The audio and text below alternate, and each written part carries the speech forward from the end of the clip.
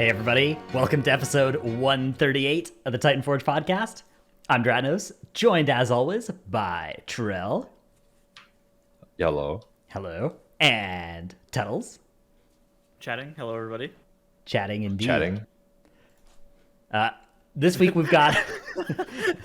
I was going to spend some time doing the chatting emote, but then I realized, this is not a purely visual medium. There's going to be some people just listening, so... It's just silence. What are you guys Yeah, talking exactly. This week we're going to talk about... We've got a bunch of kind of topics that have generated some discussion in the community over the past 2 weeks.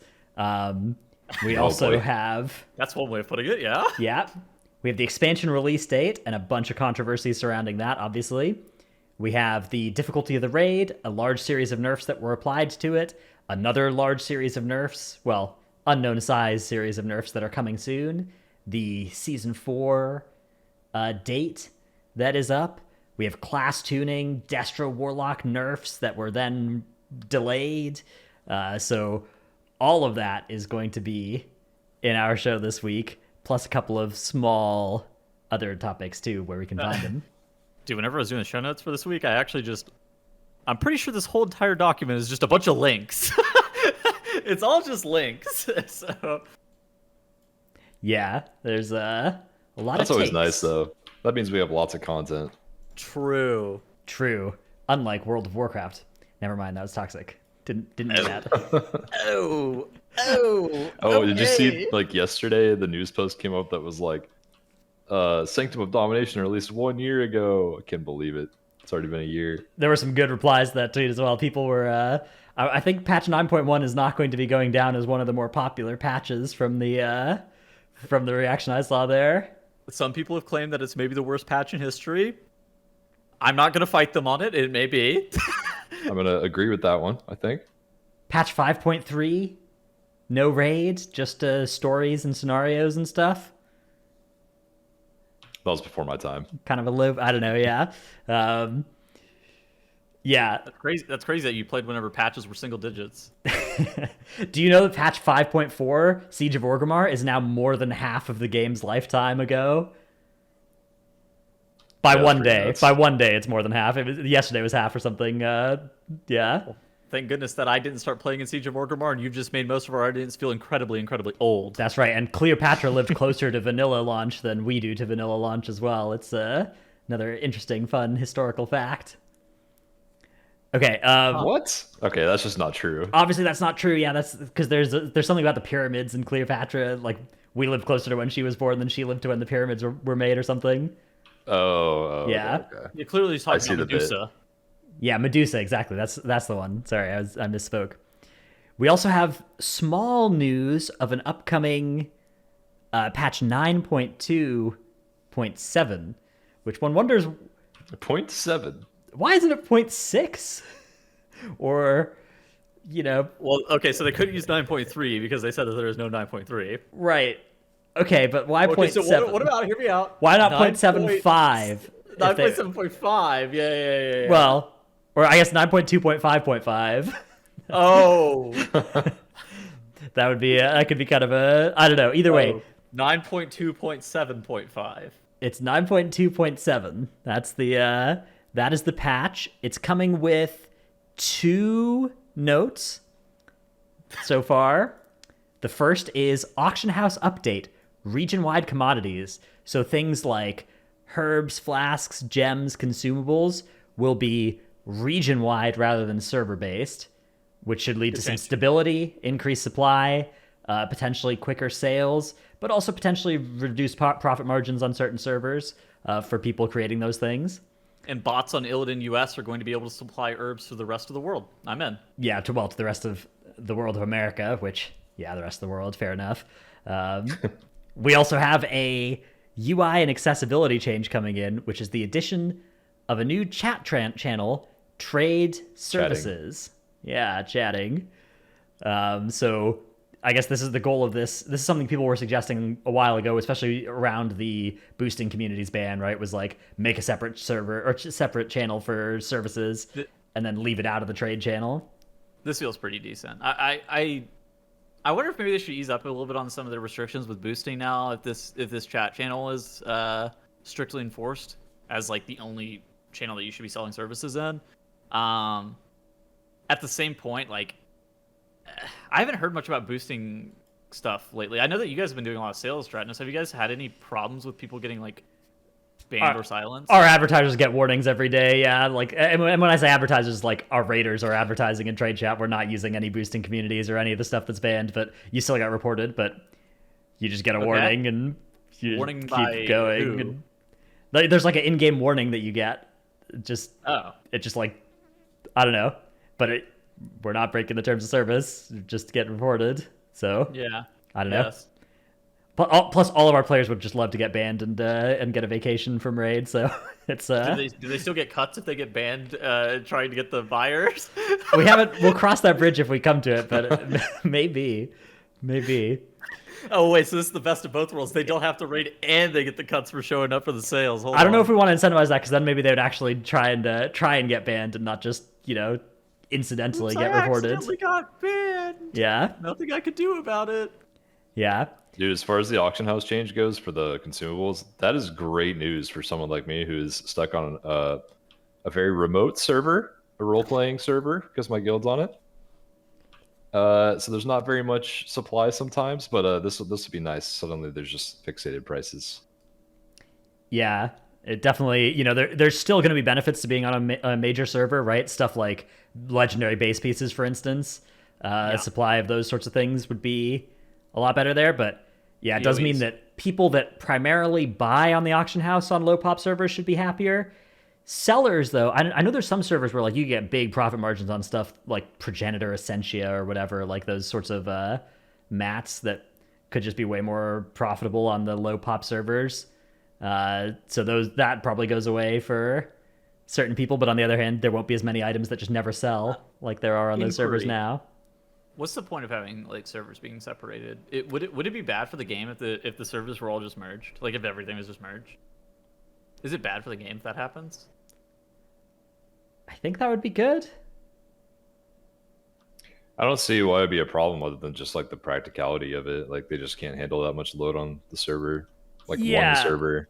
Okay. Well, I mean everything's already like phased, right? There's some stuff that still I think runs on the like server architecture. And to I some wonder extent, how possible that would be. And they want they're gonna have East and West separated, probably, right? Maybe. I mean, yeah, they could just always have people like on whatever server they're closest logged into, right? Like, that's a good point. That is a good point. Yeah, I don't know. I'm not a server scientist. I do think that to the extent that they could get rid of, like, I think the problem is like there is still people still like the idea of server communities. I don't really see servers having like a community or identity all that much. If anything, I think like my guild we have a bit of like a server rivalries with other guilds on our server or whatever. Like, so that is something that's kind of cool. But I don't know. We also have rivalries with guilds on other servers. We kind of everybody kind of hates us, so it works out nicely. Yeah. Corn doggers. Yeah. Honestly, they would never do this anyway, no matter how good it could be. They wouldn't do this because imagine how much money they would lose from character services, like transferring servers. Yeah, that's definitely a common thing that people like bring up as a reason not to do it, right? I don't know. Yeah. Either way, I think that these little incremental changes that minimize the difference between being on different servers are always good. Stuff that like Cross Realm Mythic coming out sooner type things would also be steps in good directions. And yeah, this one's a good change too. So yep, overall good change. True. Okay, what else we got here? We've got the Season 4 release date of August the 2nd, 2022. That seems pretty expected. I think so we're going to talk about the class tuning stuff a little bit later, whenever they backpedaled on some of the class tuning stuff specifically aimed at Warlocks. This date, August 2nd, seems pretty reasonable. We also know roughly when the expansion is going to launch, so they were right whenever they said it's going to be a shortened season. I'm excited to see how the Fated raids end up shaping up. Also, Cutting Edge and AOTC are going away. That's something that is important as well, which I think is a good thing. I've seen that some people say that Cutting Edge should probably still stay, but I think that it should be going away. I think that they just need to be a little bit more look at the raid a little bit differently in the future with tuning like this.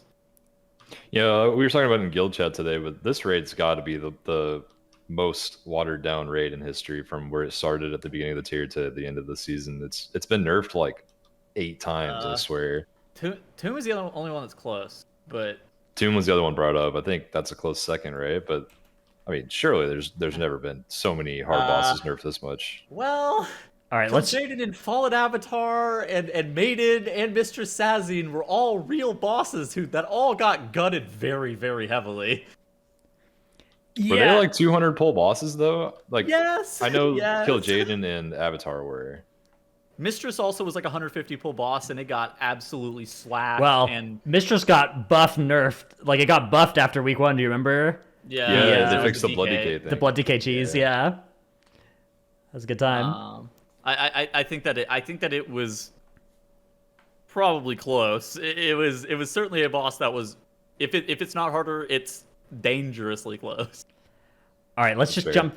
Since this segue is nice, let's just go straight into the raid difficulty discussion. I'm rearranging on the fly the order of stuff we'll do. I think that making this more organic is totally fine. Yeah. So on the point of total nerfs to the raid, Wowhead has a page that includes the full set of nerfs to every boss that have come my out. God. Here, for instance, is just the Vigilant Guardian nerfs. You can see like 20 lines. Now, to be fair, most of these are before it was even like world firsted. Including like half damage on the exposed core before it was killed by world first by the early shift more than a day after the raid came out. But even so, there were further nerfs to it. Skolex, only 1 change. Zymox, a couple of small changes, including a little buff. Dosegni, the only boss to receive no changes on Mythic. But then we start getting to these bosses like Prototype Pantheon. They got hugely changed, right? The 40% instead of 10% or 50% push and the 10% health reduction, meaning that there's just a bunch of mechanics you never see anymore. Lehuvim, the Mythic mechanic, getting changed from, stacking in groups of 4 or 5 to stacking as a group of 20 and taking less damage. Did we talk about this on the show? I don't remember if we talked about it. I think we did. Why did they change that? That mechanic was hard? I don't know. All right, whatever. Yeah. Continue on. Halandris, obviously, like goodness gracious, the Halandris set of changes here is Oh my god. Now the thing is, like, Halandris is nerfed a lot. Like Charles' point of like relative to the version of Halandris that launched, yeah, this version is like it's a different thing entirely. But relative to like just an average 7th boss of a raid, Halandris I think still holds up post nerf is like reasonably, along the. I think the main outlier isn't so much how much it got nerfed, it's how hard it was initially. Plus the fact that like it didn't get stealth nerfed by gear in the same way that most bosses do. This has the same issue that the Tumas Argyris Maiden of Vigilance had, right? Where it's movement is tough sometimes, and it's heavy one-shot focus. If you make one mistake, you're going to blow up your raid. Yeah, and lots of pass-fail requirements. That, like, bosses like this are so tough, and it's like this is why Maiden got changed like 3 or 4 times as well. And like great guilds ended up killing Maiden in something 40 pulls or whatever, right? Halandra's obviously a lot harder in a different situation, but then like medium skilled guilds would go to that boss and they would take 200 pulls to kill Maiden, and it's just like, okay, this boss is so it's just like the core design principle of like pure one-shot mechanics like that is so tough to balance around and make it easy for guilds of all skill levels, is what I will say. Yeah. I remember Maiden having a really tough weak aura boss as well to like configure the weak aura correctly for your guild. I don't know if you guys are into that, but I was in like a World 1000 guild at the time, and it was tough for that guild. Dude, I don't remember a weak aura for that boss. To be real with you. The Maiden one, I remember you'd get on the lines and it would like tell you like if you were like front left, stepping or whatever, and you would step left and get the ball or whatever, and dodge out back again into the middle barrier. I guess it would tell you which road to be. Yeah, it would like assign you where you were, because it would assign the whole raid. Yeah, and there were like some weird stipulations with it for like if there was an enhanced shaman in the raid, it screwed up the weak aura or something. I don't know. It was some weird thing. I don't remember that, but I also don't remember ever running into having an enhanced shaman in the raid that tier, so I just seen it. We read an enhanced shaman, but I don't remember this issue here. Yeah, so for some context, here's a progstats.io Halandris graph, right? You can see like, oh my goodness, yeah, huge spike in kills after that first big nerf. And like obviously a lot more guilds are killing it than were in that first 2 months where it was breathtakingly difficult. But we're still only looking at a boss that has 1,000 recorded kills compared to bosses like, Painsmith Plus that all got to over 2,000 by, around the same point in the tier, maybe a little bit earlier, but even still, it was like 1,800, 1,700 kills at this point. So You want to know something funny? So Sanctum of Domination on Prog Stats, the average pull count for all of the bosses combined for guilds that basically cleared through the raid was 678. Basically, for guilds that killed the boss, the average pull count was 678. For this raid, I suspect it's well over 1,000, and it's probably into the 1,200s if I had to guess. I don't know the number on it exactly, but there are. What is the average on the Jailer? 275 to 370. So 325, like that's 325 pulls by itself. Almost half of Sanctum of Domination is just that's crazy. is the Jailer. Yeah. So many pulls. Yeah, and again, these are bosses that have all been like, not just like tuning nerfed, but they've been hit with these massive sweeping nerfs. Mechanics have been changed from mythic mechanics to heroic mechanics in many cases. Many of these encounters have gotten entire dungeon journal things scooped out. Like, Okay. I'm still not used to pumpkin Anduin, filling. where you can just run through people on Mythic now if you have a debuff on you still. That is, I'm still not used to it. I still go all the way around the room to clear it. Yeah, Really? Halandris as well, like, just holding a bomb and taking a planet cracker beam and, bouncing charges, those sorts of things. Like, couldn't do that on Frog, Okay. Yeah. We had And a so I warrior death last night on Halandris, and in the death log, he had like 7 ticks of planet cracker beam just trying to get damage. Melee, man. Okay, so with this initial context that we've just shown here, there's been a lot of discourse talking about should the raid be nerfed. I don't want to say at all, but the question is definitely should the raid be nerfed this much, and then some people also extend that to should mythic raids be nerfed at all. And we kind of talked about this almost a month ago. I think at this point it was one of our Q&A questions, but I don't think we went into it as in depth. And I don't think we had nearly as many people commenting on it commenting about it on Twitter. So I think that there's a lot of different and unique perspectives, because I think that there are like 2 separate crowds. Would you guys say? Like, there's the don't nerf the raid crowd, and then like most of the rest of the people where they're like, okay, this is mostly fine. Yeah. I think the higher the skill level player or higher the skill level guild that they're in, they lean toward don't nerf this shit ever. And like on the opposite of the spectrum, everybody else wants it to get nerfed sooner. But then I think there's a good compromise. I think Yoda tweeted it, where Final Fantasy has a system where the highest difficulty raid doesn't give you gear and just achievement based, so they never have to nerf it. So it's always the same world first level progression for everyone. But I don't know how I feel about that for WoW. I mean, gear is a pretty integral part of WoW. Yeah. Yeah. I don't think I like that. I also just viscerally don't like the idea of getting rid of the like I like the I just like nerfing the raid over time. I think that's a good way of doing it. You know what's funny? I actually think that what they're doing right now is mostly okay. Like, they're seeing that, like, they're keeping it difficult for early kills, like guilds generally like ours, guilds like the world first guilds, that they even fight a version of these bosses that are largely harder than the versions that we even kill. And so then you guys kill it, yeah. Okay, man. Halandris got nerfed the day before we killed Halandris. We killed Jailer after one. Okay, don't the first speak. one nerf. There was a 5% speaking. health nerf only. Come Cease on, speaking. come Anyways, on. We pushed so much. We pushed like 40 seconds before P3 ended. We had the dam.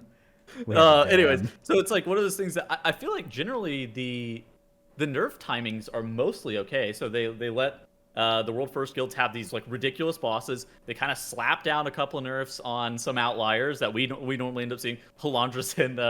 Halandris and Jailer being the 2 that probably needed it the most, and so those bosses got nerfed before we ended up killing them.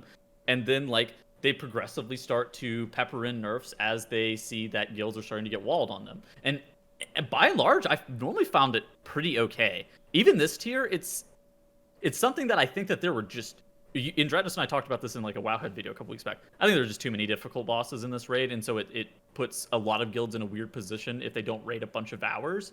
But I think that like if there wasn't 4 difficult bosses, if there was only 2 of them, this raid would have been fine, and it would have been nerfed at a rate that most people I think would be acceptable with. And I actually don't even think that like what we saw this tier is necessarily that bad.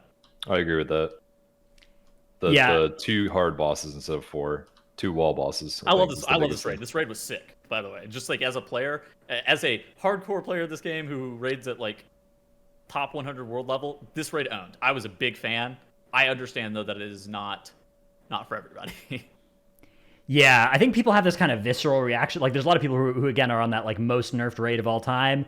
And if you look at the list of changes, yeah, there's a lot that changed here, but a lot of these nerfs are the kind of nerfs that would be accomplished secretly by non-raid nerfs, right? When you see stuff like Jailer's health reduced by 5%, Jailer's health reduced by 5%, Diverted Life Shield no longer heals, Torment damage decreased.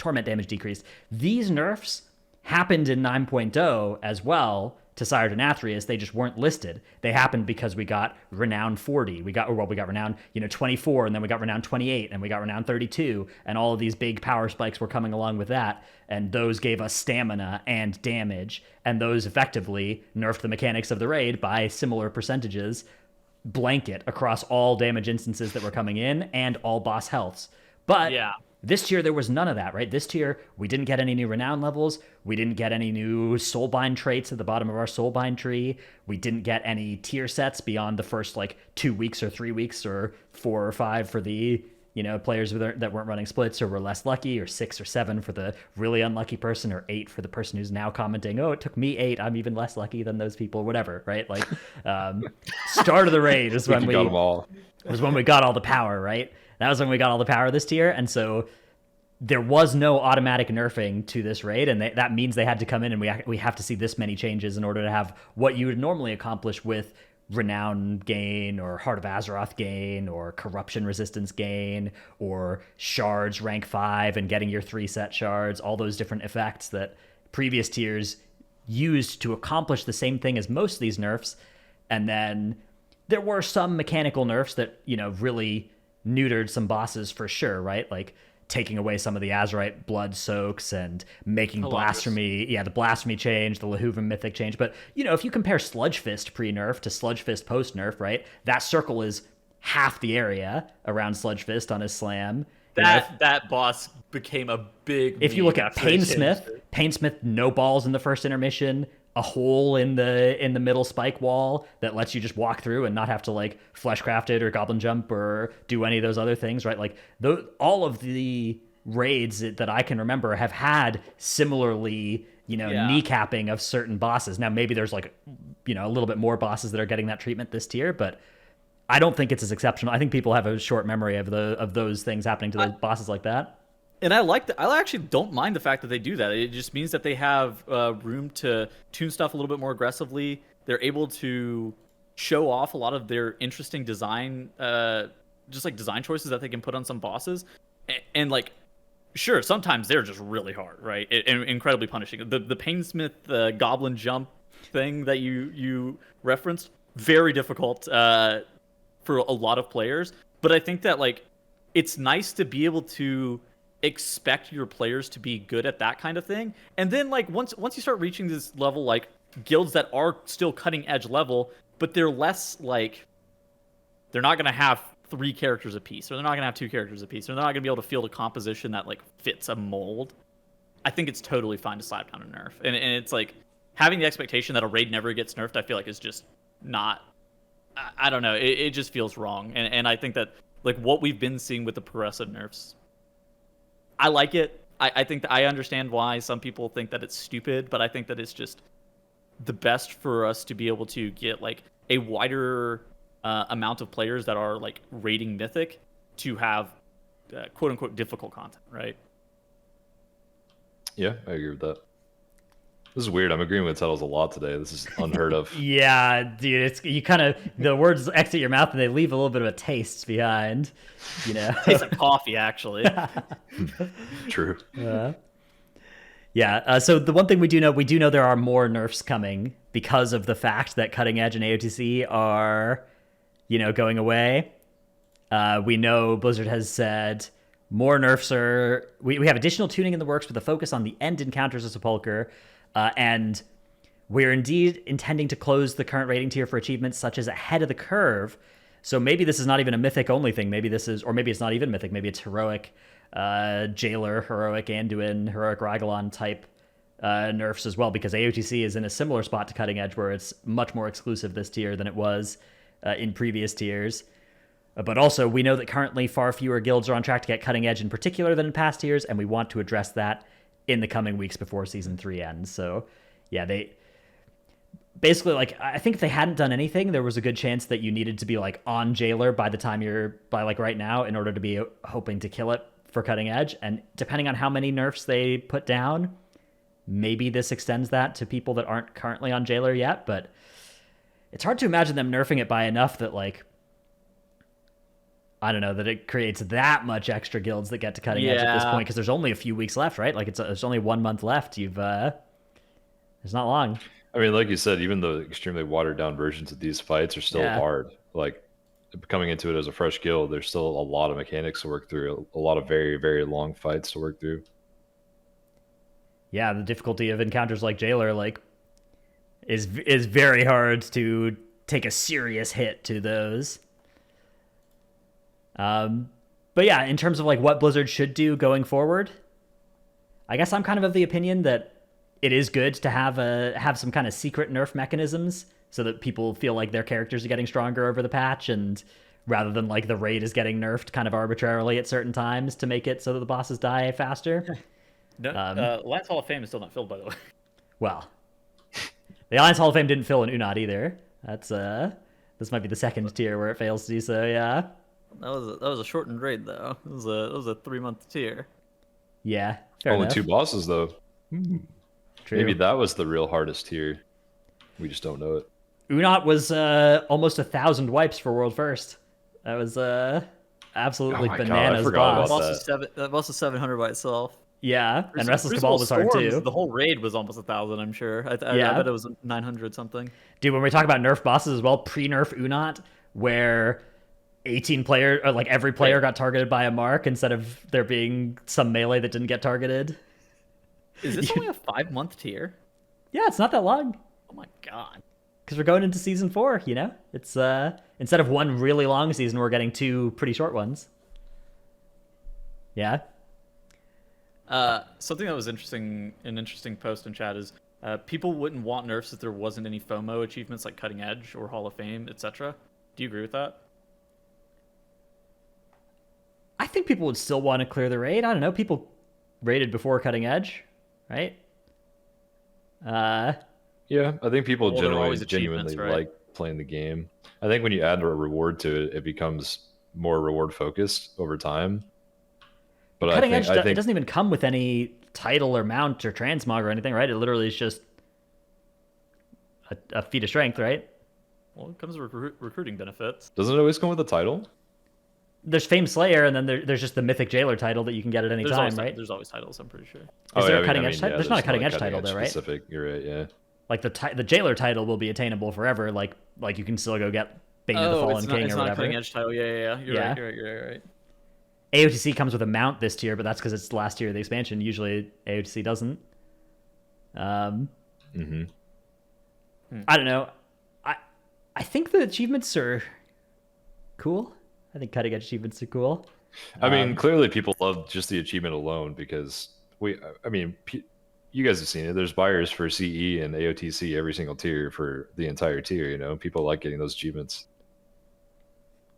I don't know. That's a tough. It's actually really tough. Because I see it both ways. I like it, but I'm also somebody who benefits from it, so it's really difficult for me to say.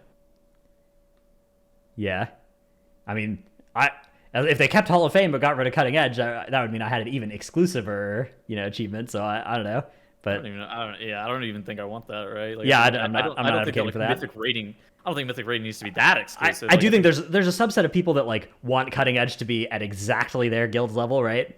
And so that they can get the achievement and it can be as exclusive as possible. But I don't think that's a good place to be. Yeah, sure.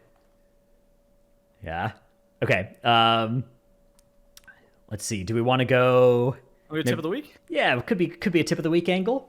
My tip of the week, I actually have one that I thought up all by myself, and Oh, really? I have some good ones from listeners that I've got in my notepad document, and please continue to send those in if you have good tips. But this week I've got one all of my own. This is for Anduin Mythic tanking. If you would like to, in the intermission, you can make life a little bit easier for yourself and for your raid if you know how the walls work, which is Anduin's room is an octagon, right? It's got 8 edges.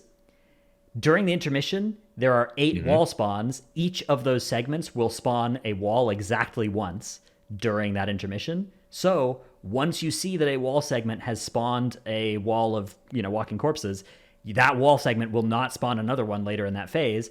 And conversely, if there's a segment that hasn't spawned a wall yet and you're getting towards the end, one is about to spawn there for sure. So you can use this. My guild, we use this like when we see a wall segment, when we see 2 that are going across in the exact same, like 2 that are running into each other, we know that that's a safe slice now. And so we go right onto the edge where one of them came from, and we know we're not going to have a wall spawn on us, and we can just kind of stay safely there for the rest of the intermission. And if you get that early, like if the first 2 walls happen to be opposite from each other, you're smooth sailing for that whole intermission. So just 2 questions. 1, what is an octagon? And 2, what is a conversely? Isn't that a shoe? Yeah, conversely is a shoe, and an octagon is the biggest polygon you can get before you get to a circle. It's the most sides you can have on a polygon, and then the next one after that is a circle. A polygon is like a square. Are you sure? Yeah, it goes like triangle. Isn't there like square. a dodecahedron or something? No. It stops after octagon. It goes straight to circle after that. But it's triangle, square, pentagon, octagon, circle is the hierarchy. Pentagons, that's the White House place, right? Yeah, exactly. That's the White House as well. That's the other name for it. Yeah. Okay. All right, Trell, what is your tip? Oh, you guys are killing me, man. All right, so, okay, so if you're a pet class, you know that this game always has 1 or more raid bosses every tier that pets are horrible on. So this is a tip for you. So if you use the /pet follow macro when your pet gets stuck in Narnia on Jailer, for example, or like stuck on a platform on Artificer, when you get ported back to the boss, then you can spam the macro, and it sometimes should snap the pet back to you eventually. Either way, it'll help your pet get unstuck in most situations and get back to hitting the right target instead of just being AFK. I have like an Opie wheel that has like pet follow, it has like play dead and stuff like that on it. And I just use it for like very niche utility purposes, like because you don't need to be mashing pet follow all the time. But I throw a couple of things on it, like a couple of the pet stuff on an Opie wheel, and I think that's pretty decent as well. This is one of those cases where I would not recommend macroing it into any of your rotational abilities because you don't want your pet like getting off the boss constantly. However, you probably should put /pet attack into lots of your rotational abilities. That's a big thing on most pet classes to keep it on your current target. I noticed also in the Necropolis as well, my pets are just horrendous, and I had to pet follow like my pet off of the mobs in the Necropolis, and then like attack them with the pet to be able to get them to be able to kill command mobs. I was like, what is going on? You know, it would be funny if we did the same kind of breakdown for nerfs that were done to the ground in the Necropolis as what we did for the raid bosses in this tier, because there have been so many like attempts to fix that area and it's still broken for it's so many cursed. things. Yeah, it's haunted. I'm gonna say it. I think that they should avoid elevators and floating structures moving forward. It didn't work on Talok. It's not working again. Dude, they just need to avoid Z-axis completely. Every time there's anything related to Z-axis, so many problems. There was that whole Emissary of the Tides thing that one time. Toldagor as an entire dungeon. The dungeon, the movie, the game. God, I miss Toldagor. Can't wait for that to come back in a future M+ season. No.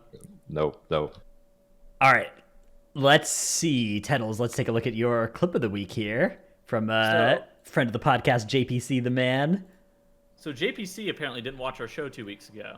And if you see here, oh, man. he would have known that pulling the Woe Drifter relic into this pack is going to wipe them. However, with him not learning his tip of the week from Corey, they accidentally wiped to Halkias. Again, if you didn't watch the show 2 weeks ago, Corey's tip of the week was, do not pull the woe relics whenever this boss is going into the spin cycle. You are going to wipe because the lines are going to be desynced. Yeah, because one of the relics gives like a movement speed buff, and that affects the spin speed of the boss, and that makes the spin speed faster than the animation, and so it gets confused. So if you're going to pull that boss with that pack, you need to kill the relics before it gets to spinny time, or pull it in after spinny time, or something like that. Yeah, that is bizarre. Because especially because it's also really weird, but it can be done by any kind of tank taunting right before he does the spin as well. Yeah, it's the same effect. Or tank, like if you stutter step a little bit out of melee range right before the thing starts as well, you can get it too. So, also, I'm pretty sure Z-Axis does it. If you put the boss on that tiny little brick in that general area, he'll do the same thing. Z-Axis has never broken anything ever. Just a few different ways you can break Halkias if you're looking for them. Yeah, lovely.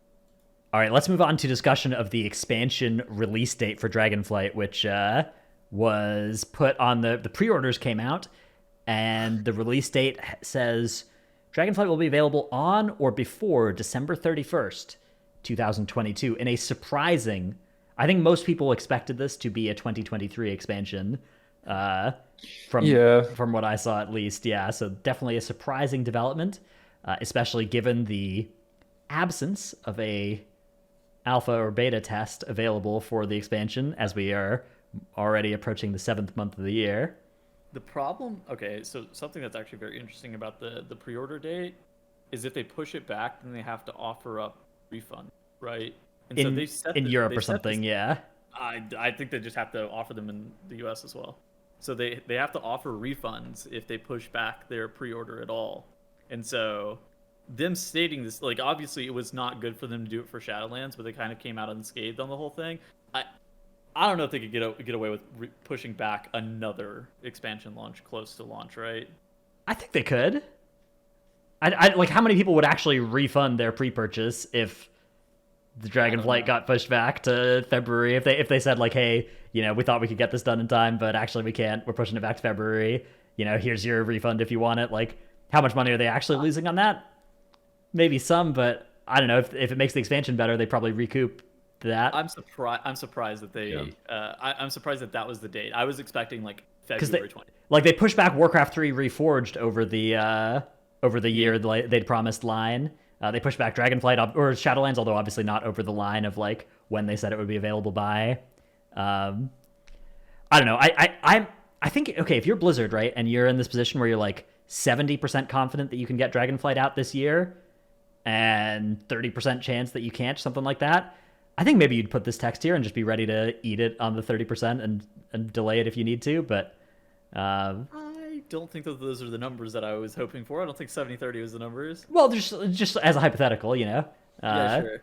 If you were, like, there's a lot of people who are like, oh, they're just planning to push this back, and I don't think that's true, because I think if they were confident that it was not going to make it this year, they would just not promise it for this year. But I think they probably are willing to delay if necessary, but think they won't need to. Which, I mean, from a investing standpoint and their shareholders, I'm pretty sure no matter what their confidence level is, they were kind of forced into saying we'll get this done in 2022 for money reasons. But I think there's a pretty high chance it gets delayed at least by a month, personally.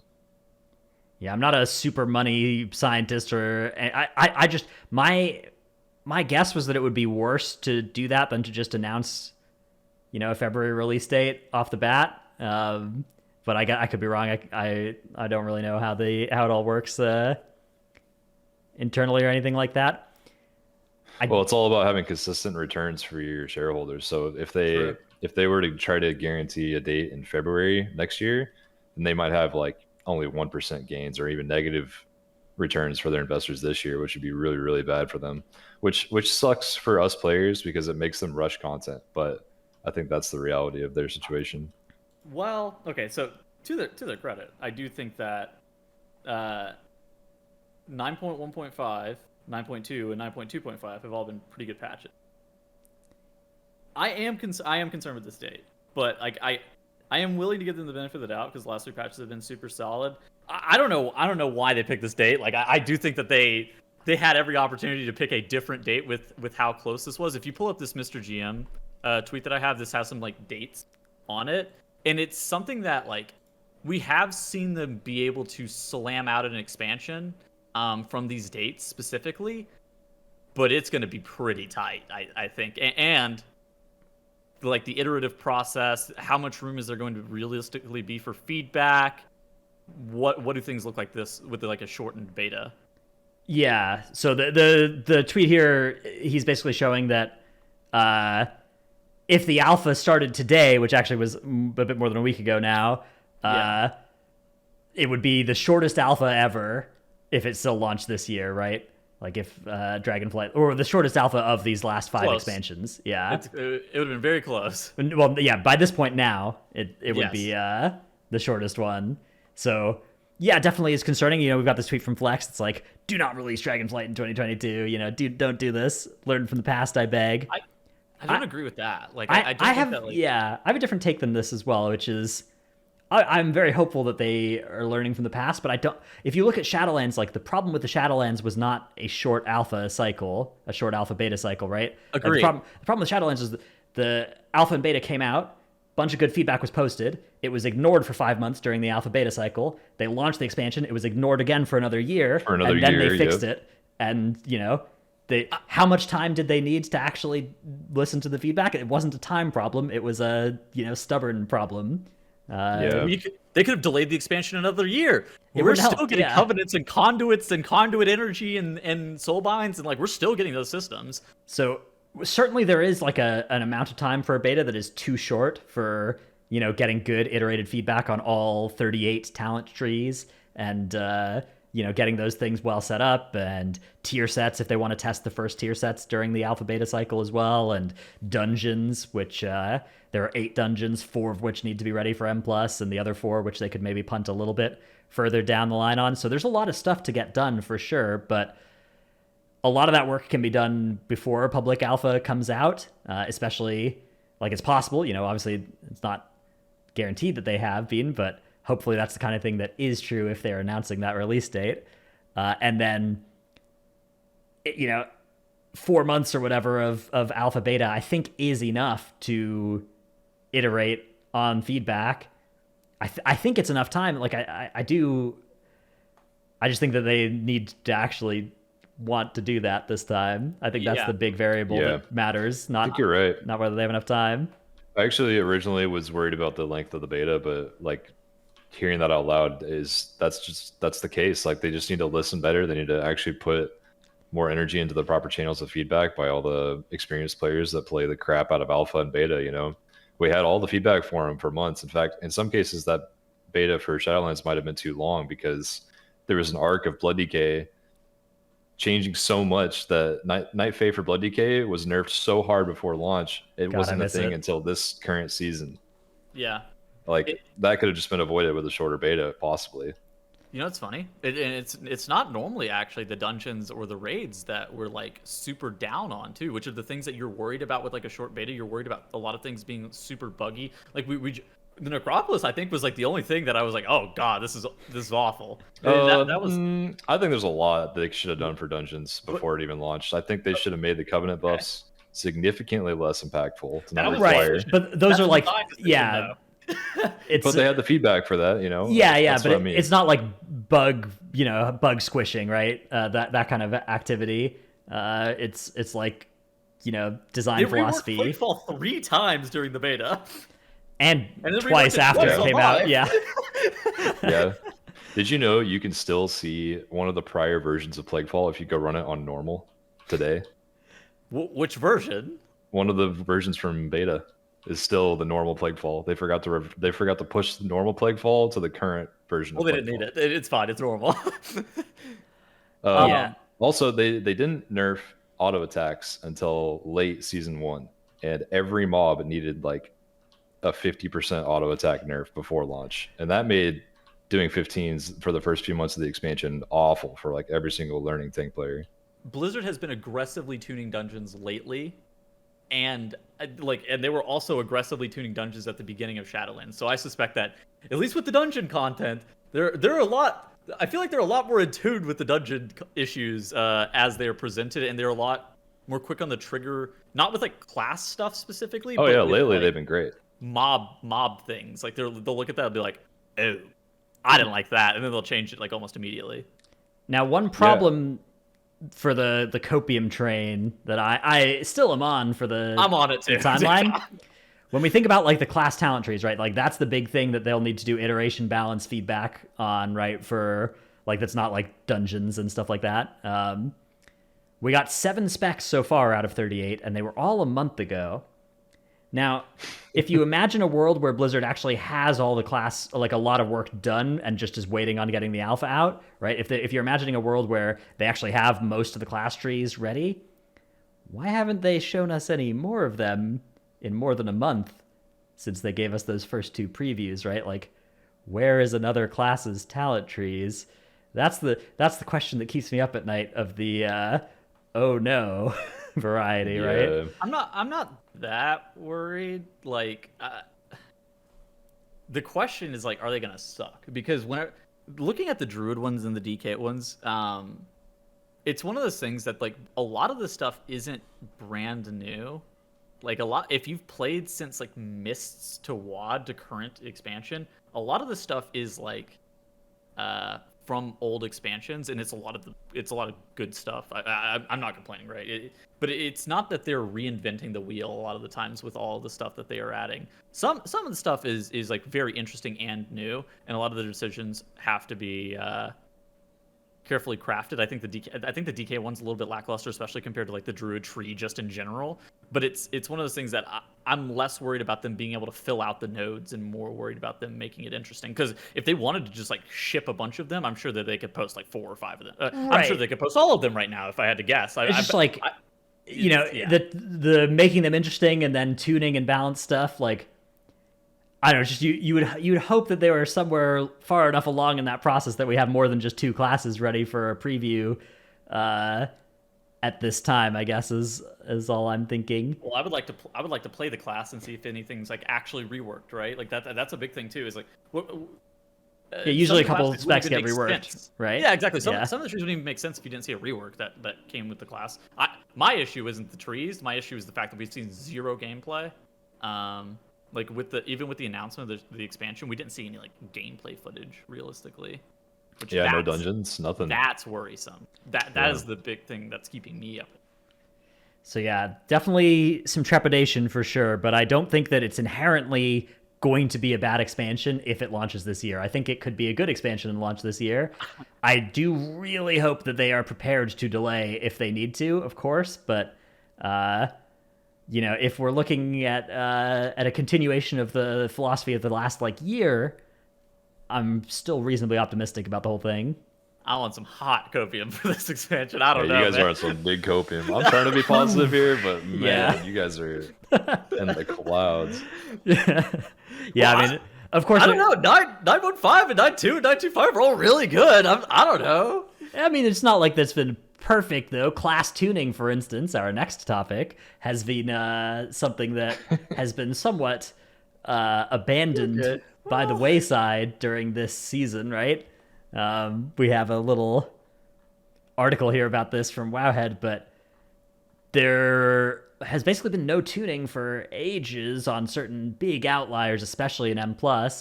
And then we got this set of changes. We got a 2% Guardian single target buff and a 4 or 5% Vengeance damage buff. Can you click on those charts real quick? Yeah. You say the Guard. What was the Guardian buff again? Like 3% or something on a single target. And the Vengeance one? 5 or something. Those Guardian and Vengeance buffs were so minor. Like nobody said a word about them. It was all about the Warlocks. So if you're playing Guardian, would you notice the threat gain from that much 5% single target damage? No.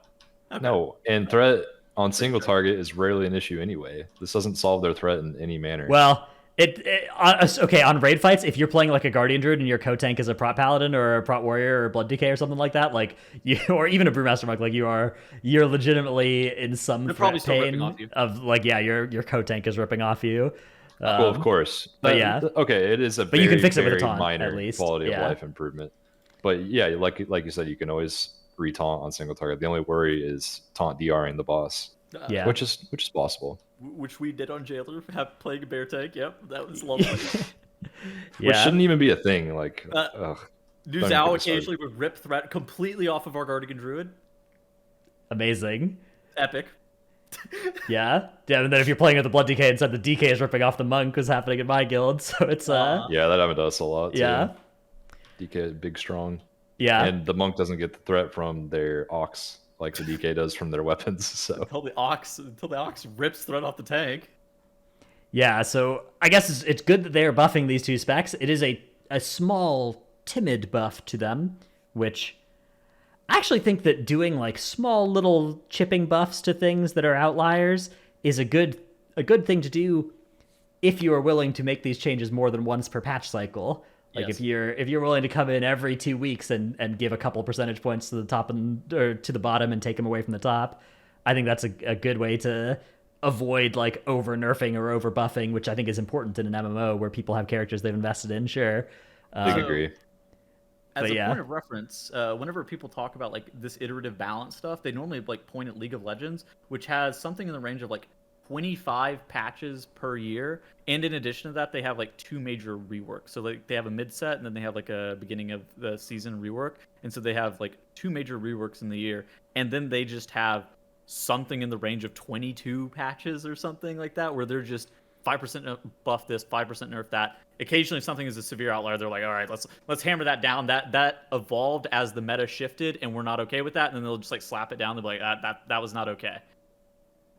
And then we have World of Warcraft, which for the longest time, it was after Heroic Week, there was The tuning one pass. one Yeah. balance tuning pass, and that was all Yeah. you got. And so we're definitely I think we're better than that. I'm not 100% sure, but I think we're better than that. But we're somewhere in the middle where we're very inconsistent with our tuning, and occasionally you have the Guardian Druid get absolutely shot.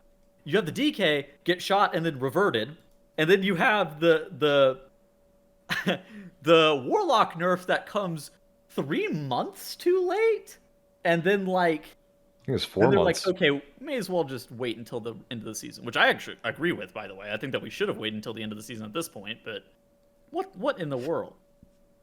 Yes. Yeah, I mean, Warlock doing 50% more damage than every single spec in the game in Mythic Plus for that long is ridiculous. Like, it was a thing for so long that people were forced to roll a Warlock in every group at minimum for rank 1 title. Like, I don't even think you can get rank 1, but you probably can, just barely, without a Warlock. But it's really, really hard this season because they're so strong. I will say that overbalancing and like overtuning stuff like that and making everything perfectly balanced would make for a very unfun game. I think that imbalance makes for a better quality of product. I do think that like the level of tuning that we're getting right now is not one that I'm happy with. Yeah, I mean, like, it's fine if there's a season where Destrolock and Survival Hunter are the best M+ DPS. That's great, especially if they I'm haven't down. been for a while. Oh, that, yeah. That owns. It's just they shouldn't be the best by 50%. They should be the best by 5%. 10%. Yeah, Yeah. 10, sure.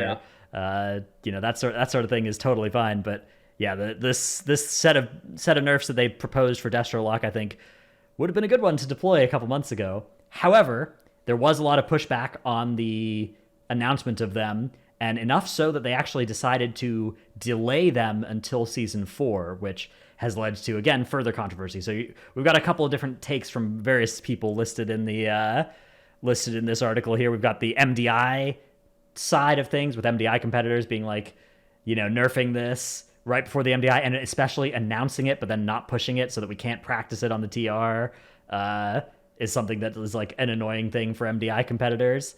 Yeah, the reason that's so annoying for them is because it basically invalidates like hundreds of hours of practice.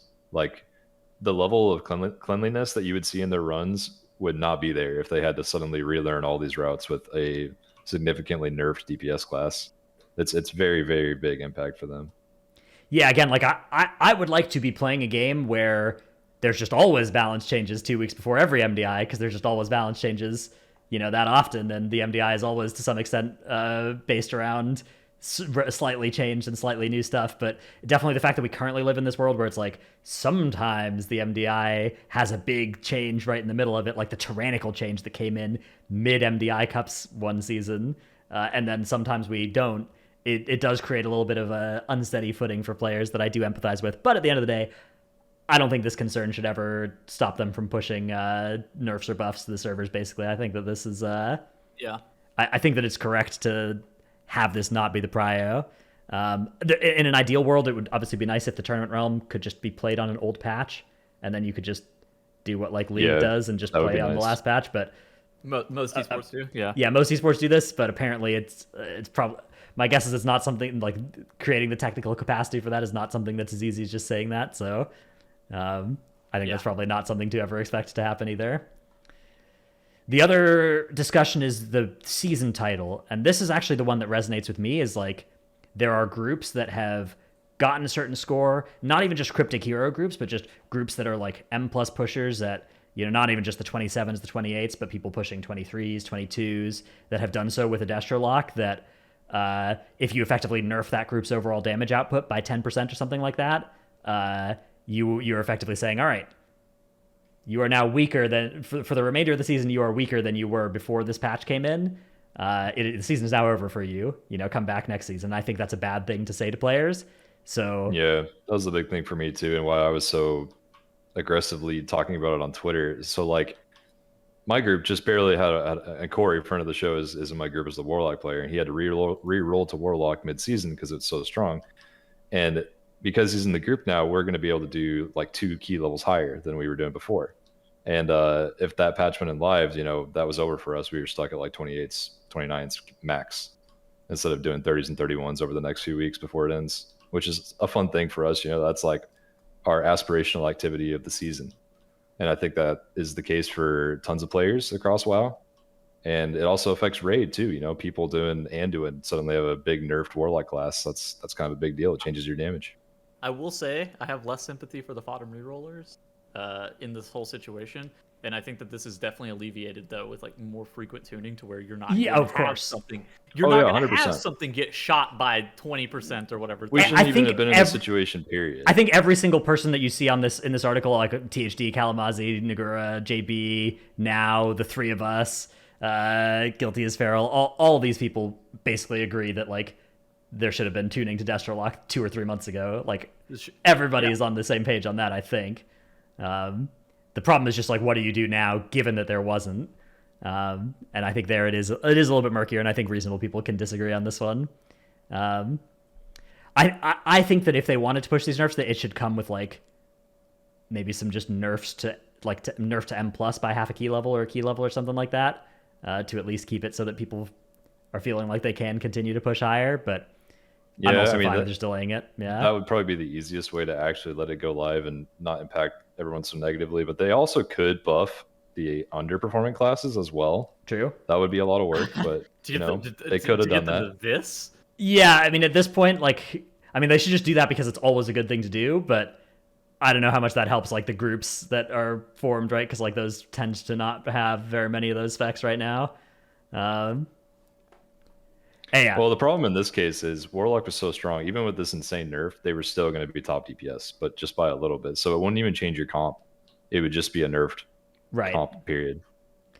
Yeah, so that is the take here from Guilty as Feral, which is that, you know, the best time was the start of the season, but the second best time is right now to deliver these nerfs. And I think that especially like the longer that is left in the season, the more valuable it is to like still do it now. But with a month left, I guess it's okay to leave it. I don't know. It is a bad situation to get yourself into for sure. What's the alternative? Like, is the alternative really just more frequent balance tuning? Yeah, I mean, of course, right? Like that's the obvious answer, right? They had this feedback week 1 of Heroic, and that's before things even scaled. They could have nerfed Warlock's AOE by like 30%. They did balance Warlock after that week. Yeah, in the other direction. Yeah, they buffed it by 5%. It was just silly because like whenever Dratnos, Dorky, and myself made our tier list for Mythic Plus, like they went and buffed so we put Destrolock in A tier. They go and buff Destrolock AoE again after, whenever we think that, oh god, this is a trash specialist, this thing is probably going to see some play, this thing in Survival Hunter are probably going to be doing a lot of your AoE damage. Then they go and buff the tier set, not the hotfix buff. They buffed the like actual tier set with like the blasphemy and the rain of fire stuff. They made it interact, and they were just sitting there like, okay, so now this just went from This the PTR changes still, so they're not listed in this article, but yeah. or the Inferno. It's the Inferno change. Yeah, it's the Inferno change. That's what it was. It wasn't. Well, this is a nerf. This was the slight nerf to how many soul shards you got beyond 5 targets, but this was the April 18th nerf to Destro that did not touch the spec very much at all. Yeah. And Yeah, it really just didn't matter. They just didn't nerf it in the right way. So then they see like the representation of Destro in Raid, and they're like, oh, it's not performing as well as we'd like, and then they buff it with the hotfix aura buff. And then like to people who had tested it extensively, clearly it was like, okay, this is a mistake.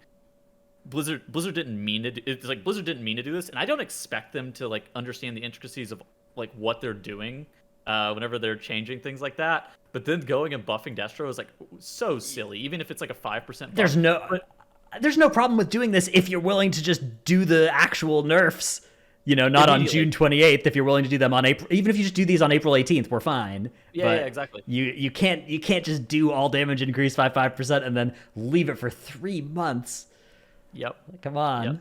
Yep. I just don't know if it's just straight up they just didn't know or they just didn't want to fix it, because like all of us knew that Destro was this OP months ago. I think they struggle. I seriously think they struggle to understand their general balance philosophies, and there's like a lot of different there's a lot of differing like balance philosophies with how Blizzard's going to be looking at the game, right? So like on one end there could be like, I have a compelling reason to bring like any spec to Raid or a Mythic Plus dungeon, which Blizzard fulfilled. There is like compelling reasons to bring all of the specs to Raid or Mythic Plus, but for a lot of people that's not enough, where it's like top to bottom gap has to be like, oh, the best spec isn't so far ahead where it feels mandatory, where the worst spec feels so far behind that it's dead, and there needs to be like some level of like middle ground that a lot of specs encompass where they feel like they can be played, right? And there's not, like, obviously there's always going to be a meta. It's silly to assume that there's not always going to be a meta. It just shouldn't be this. It's also worth noting someone in chat reminded me they pre-nerfed Necro Fury Warrior. But that was on the radar. It was really strong. They also smashed Bear AoE to bits. They actually just like completely 35% Architect's Aligner nerf plus reducing how much it did in AoE. That was also on their radar. They also slapped down Frostmage because they knew that it was broken, right? Like they knew it was going to be the best DPS in the game, and they're like, okay. Yeah. So they were looking at it. They're like, this is unacceptable, and then they nerfed it. They just didn't know with Destro, and then. And I suspect that they probably felt like it was too late, but I don't know, man. That it was not happening. This chart doesn't make it look that bad, because you look at this chart and you're like, oh, Destro 15%. We've got all these other specs at like 7%, though. All those other specs are tanks, though. Tanks are healers. If you actually just look among DPS, level 25 and up right now, it is 25% Destro locks, 20% Serve Hunters, 10% Windwalkers, then like 7% Rogues. 5% mages, 4% demon hunters. Like it is, where the Moonkins at? 0.7%. Okay, go to last season. How bad was it last season? I mean, there's always going to be a meta, especially at the high key level. Like, what is it normal to look like this? I'm just trying to figure it out. Last season we had Frost at 16.5, Windwalker at 14.8, Rogue, different specs, but 11.7, 5.1. So if we look at like the number of specs that were at or above 5%. It's 1, 2, 3, 4, 5, 6, 7, 8, 9 specs last season at above 5% representation. And this season, it is 1, 2, 3, 4, 5.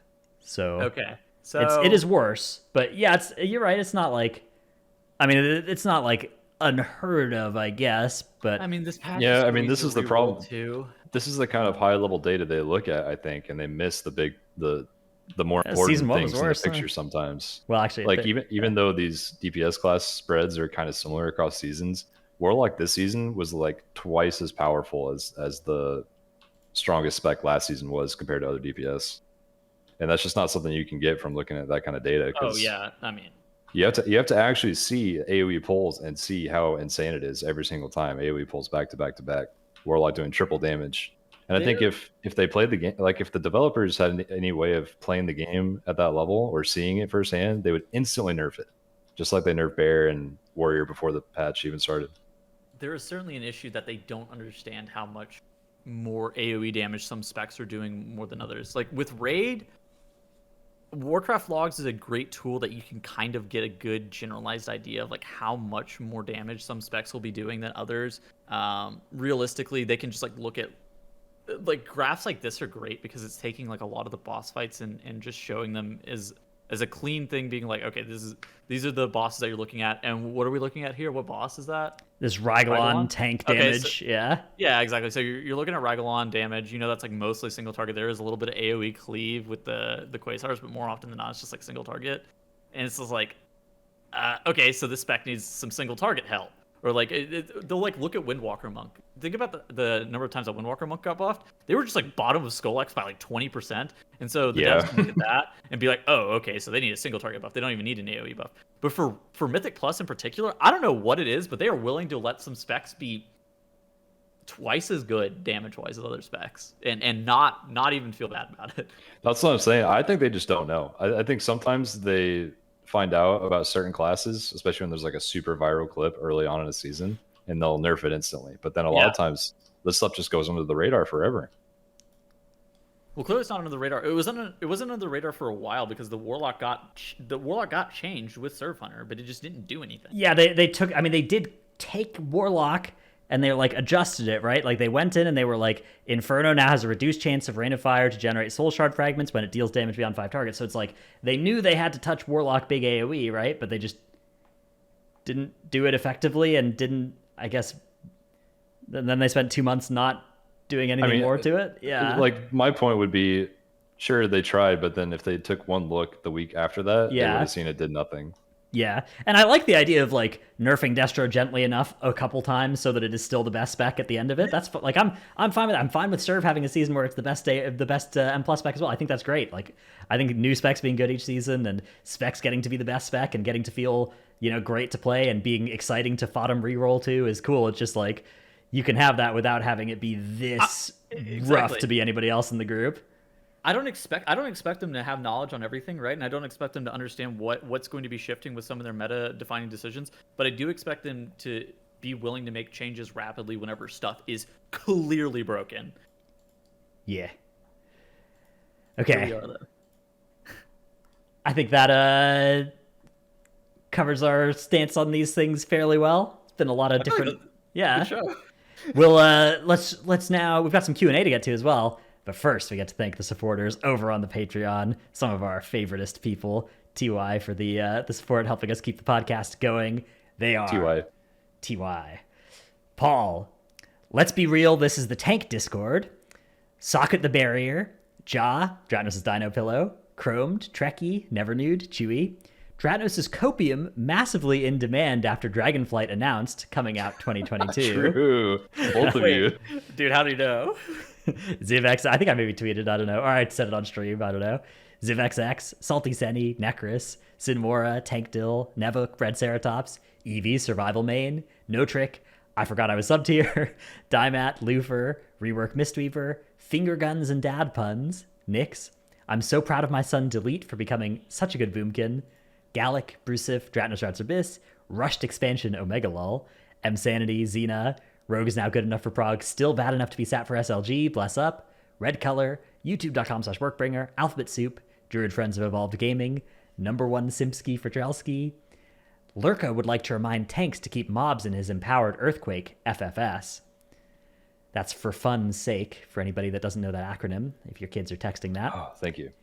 I got flamed last night for not interrupting in Arathi Basin Comp Stomp. Milk, Sifei, Pone, Windwalker Monks deal with nerfs by rolling with the punches. Due to Sims with 4-piece, Skelly will be going back to Elemental from Enhance. And y'all got any more of them talent trees? So true. Wish we did. Wish I had some for you. We could make some up. Mood. All right, we got some good Q&A questions to get to. First one is from Gingerbread Man in Discord, who asked, what do you think about the idea for some way to add tertiaries to gear, maybe through some form of currency, or as an addition to the socket system? Trell, do you have a take on tertiary addition? I know you've been a leech avoidance hunter in the past, like searcher for. Dude. Yeah, especially this season, I have been so unlucky. I still only have 2% leech, which is like bracers. It's so good, yeah. Usually by this point, I have like 12 to 15%, which is really, really nice for tanks. Yeah, I would love to see a vendor option for it, just like sockets. Like have the same kind of great vault system. Choose a socket or a tertiary stat to add to your gear. That'd be awesome. Yeah, I think that would kind of like could you imagine a great vault where it's like in addition to seeing some gear options, you'd see some options where it's like a socket or like a scroll of leech or those kinds of Yeah. things. Yeah. I mean, I've taken a socket out of my vault at least 8 or 9 times this season now on my main, and all those sockets are going to waste. At this point, I could definitely use some tertiary options. It'd be cool. Question: have you guys been feeling about like being able to socket gear and stuff like that throughout the whole expansion? Is it something that you want to see continued? I think that the Great Vault system is better than the Korthia or Maw grinds were. Yeah, Sure, I agree with that. Yeah. Yeah. I like the current socket system. I think it's really good. Okay. Yeah. Seems reasonable. I don't know. To be fair, I don't hate if there is an actual like power grind like most people that I talk to seem to. Like I didn't hate them that much. I just in particular the Korthia one was such a pain because it was like, hunting every single rare that was up each day that I didn't like. But the Maw one I was kind of okay with. I don't know. I was not, but Yeah, I'm Yeah, fine I with it didn't- not I being did there as not well. like the I'm Maw. fine. I'm not advocating for it to come back. I'm just saying I could still enjoy the game with it being in. Oh, okay. So, yeah. these are two very different Yeah. opinions, I think. All right, I understand. PI for Sale asks, are there any specs that you think need to get significantly reworked in the expansion? And there's a thread about this in the Titanforge podcast Discord as well, if anybody is interested in further discussion of this one. But One that got brought up a lot is Guardian Druid, but I'm not 100% sure why. I don't know why it got brought up a lot. I think that it's good to have really dumb specs in the game, like Havoc, Demon Hunter, and Bear. Yeah. What do you mean by dumb? First of all, yeah, what are you trying to say? Well, Devils? so tanks are all intellectual, so it's not actually dumb. But I mean, it's like 2 buttons, right? It's easy to play. It's like Actually, intro to tanking. it's pretty Yeah. simple. Yeah. yeah. I think specs like Havoc or Guardian. I thought this is where you're going with this. Is the fact that they have such long CDs, like long time between their CDs, which I think is really really bad for a tank class to have a 3-minute CD as your like biggest source of power, because that's just not realistic for any kind of play except extremely organized play to like plan around 3-minute CDs as a tank. You need to be able to survive stuff every 45 seconds, every minute for each pull. I think Havoc, maybe that's okay because it's a DPS class, but as far as tanking goes, I don't know. I've just always not liked that. A lot of people were also asking for Havoc reworks. I don't know if you have an opinion on that one, Dranos. I hope the momentum build is the best one. Momentum is fun. I think the hunt should go baseline or be a easy talent that you can always pick as well. That ability is really really fun too. So, Sure. yeah, like hunt momentum like we played last season was definitely a banger build. I'm excited to see what the Havoc tree actually looks like because there's been a couple of interesting stuff in Havoc's history, but also it's the shortest history of a spec, right? So it's the thing they have the least old stuff to borrow from for that tree. Yeah. I think the thing about Bear is like I think the idea of like Iron Fur overlapping being something you think a lot about is really cool, but I don't think Bear's really lived up to that being something you think about much on the spec. At least since I've started playing tank, of like where do I want to have 1 Iron Fur versus where do I like need to stack up 3 and like use some of my resources to make sure I have enough Iron Furs for a little bit. Like Whenever I'm getting Iron Spiked on Barilia. yeah, like okay there, but even there it's just like okay, Yeah, bark skin. I think they could make Iron Fur be a little bit more impactful, and that would be an easy fix to that. I think because a lot of times you'll have like 2 versus 3 stacks, and you're like, okay, I don't really see a difference. Why would yeah, I and even you try to armor do that? cap at like it's either 2 or 3 or like 2.5 or something that you're already armor capped anyway. So it's like, Yeah, whatever. Any other specs that like immediately come to your mind? You're like, oh, I would like to see this reworked. I don't have any on the top of my head, but I do want to mention that it seems like they tend to rework specs that are good instead of bad sometimes. Like, Prot Warrior in season 4 of BFA, very good spec. It was so synergistic. Everything about it worked together. It was great. And then they just reworked Yeah, they it broke those instead of synergies. nerfing it. Yeah. And I think like current Prot Warrior, maybe Warrior players disagree with me now, but I think current Prot Warrior is just worse than it was a couple of years ago because of that. I think less than like rework, I hope that they make sure that the talent trees include the ability to play the funnest builds of the past few years. Like Mistweaver, for instance, I hope that the talent tree gives you a good way to play like Way of the Crane again, like that kind of thing. So I'm not sure if I want to call for like a full rework necessarily for anything. I think most specs that could get helped with a big rework could also get helped with a well constructed talent tree. Sure, I think that's pretty reasonable. Sure. All right, our next question comes from Dagger D in Twitch chat, who asks, do we know if there's a dead week between Season 3 and Season 4 where end of dungeon eye level rewards will be capped? If Blizzard hasn't said, which way do you think they will lean? I don't think there's going to be the usual like heroic week with lower item level rewards or anything like that. Like I bet they'll just go straight into Fated Mythic. I don't know. I don't see a reason for them. I don't think they need to, right? I want to say just go straight into it. I thought there was some post about that, but I don't know where I saw Yeah, that. I don't remember seeing one either. But if there is, then that would be cool. Yeah, maybe somebody in chat has a link of potentially if there is. But yeah, they have. To my knowledge, they haven't said, and if they have, then obviously that's the best thing. But yeah, I just don't think there's the reason to do a heroic week or an item level like to make sure that people, because normally you're kind of like trying to hold back the min maxers and make sure that they don't rush ahead of the content. But I don't think that's something we're too worried about in this season. So Yeah. Yeah. Sure. all right. That about does it for our Q&A this week. Hope everybody enjoyed this this episode. We'll be back next week with another one. So make sure to tune in then. Later. All right. Goodbye, gamers. Later.